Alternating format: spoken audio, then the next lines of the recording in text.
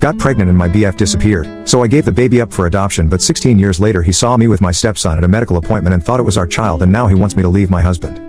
I, 32F, had a baby boy when I was 16. Yes, I know how that sounds like. No, we weren't careful. Judge me all you want on that front, I've dealt with that for years. Mike, 33M, was my boyfriend then, and when I found out about my pregnancy, he did a disappearing act with help from his family. Something future college star something. My parents were always blunt. What happened next was my choice. After a lot of thinking, and deciding abortion just wasn't for me, I respect that right, I'm not here to debate it. It was just not for me, I chose to give up the baby for adoption. My parents knew a super sweet couple that were looking to adopt. We met and I just knew they were the right people. This turned from a teen mistake to an almost surrogacy. I started homeschool to finish my education and to have rest. The adoptive parents were with me for everything and even paid for most of the medical cost. The adoptive mother was a teacher, so she helped me with my schoolwork and to prepare for college. They were present for the birth and I refused to hold the baby. Instead, his actual mother did. And it was just right.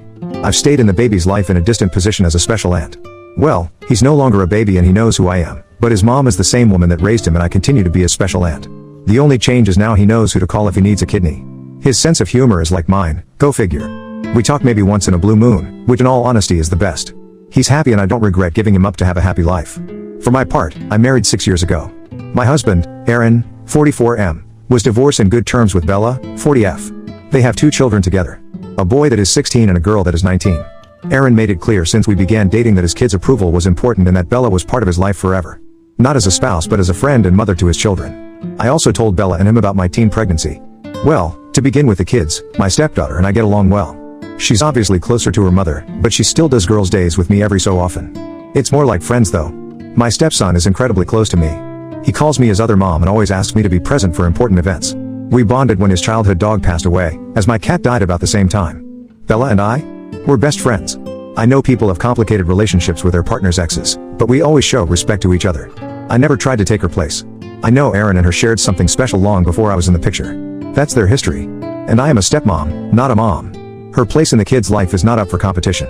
The reason for this background is that the whole mess with Mike started when I took my stepson to a medical appointment. It wasn't serious, though he did have to use anesthesia.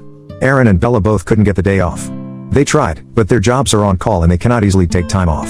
So I went on my own to be my stepson's support. I didn't recognize Mike as one of the doctors. His real name, both first and last name, are incredibly common and it had been years. Not to mention my priority was being my stepson's support and everything else was secondary. After my stepson was done, he was a bit out of it as expected. I was setting him up in the car and making sure he was comfortable when Mike came over. He told me he had been thinking about me and our son for so long, and he was glad our boy was okay. It really took me a few minutes for my brain to click on what was going on and he kept on rambling about apologies and how he wasn't ready to be a father. Blah blah blah.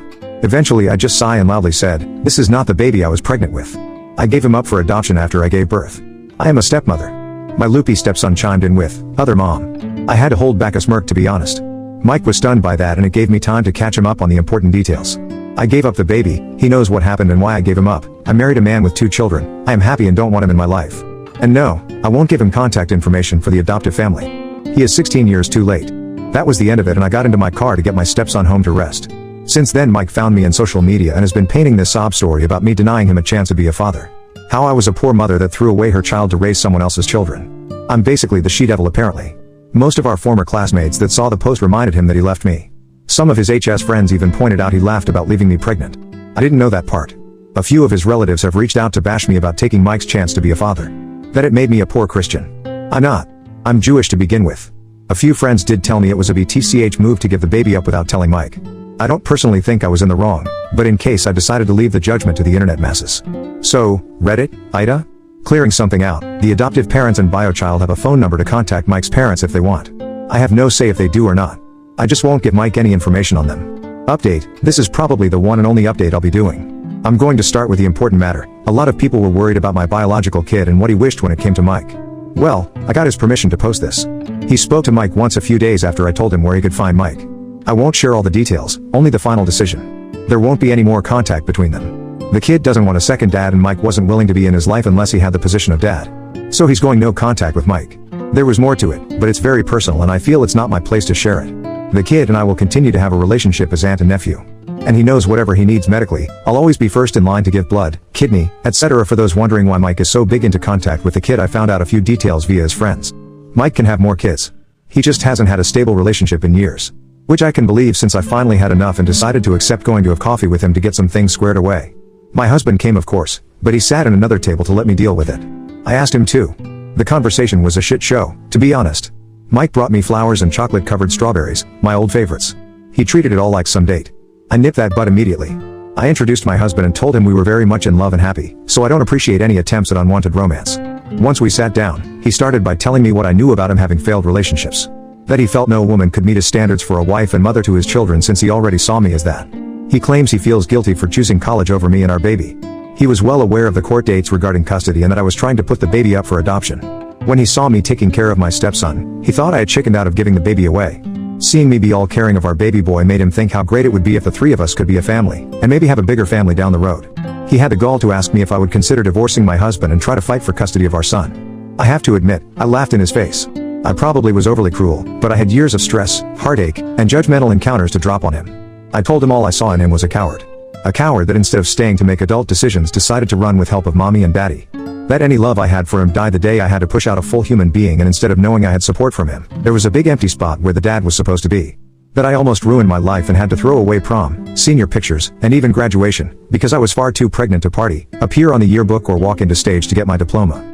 He got to party and enjoy life while I had to fight tooth and nail for an inch of respect, yet we both had unprotected sex. The only difference is his DCK wasn't big enough to pop a baby out or satisfy a woman to begin with. That was a bit mean, but not sorry. After I calmed down, I simply told him I had a happy life with a man that loves me. Great stepkids that are the greatest gift. A best friend who lets me be a stepmom to her children. A nephew who I adore and who, despite our history as biological mother and child, he still loves me as his special aunt rather than hate me. My family is perfect because he's not part of it, and I have no intentions to live in his fantasy. And that I can't wait to get pregnant with my husband's child to add to that perfection. I also told him to leave our biological kid alone. He has made his choice and it is up to him if he ever reaches out for Mike. And also let him know I would be making a formal complaint to his hospital for his harassment. Good thing my husband took screenshots, because by the time we got home, Mike had deleted all the posts. A lot of his former friends did repost screenshots making fun of him. The silver line in all of this is that I have reconnected with my high school classmates, and to be honest, they are great people. Seems Mike is in a handful that stayed in his school hype mindset. It's been about 3 days and no signs of Mike. My husband did get the biggest ego boost when he overheard me going off on Mike and has been insufferable, in a good way. So, there's mostly good news. Hopefully one of these days we'll get even more good news since we actually are excited at the idea of having a baby together.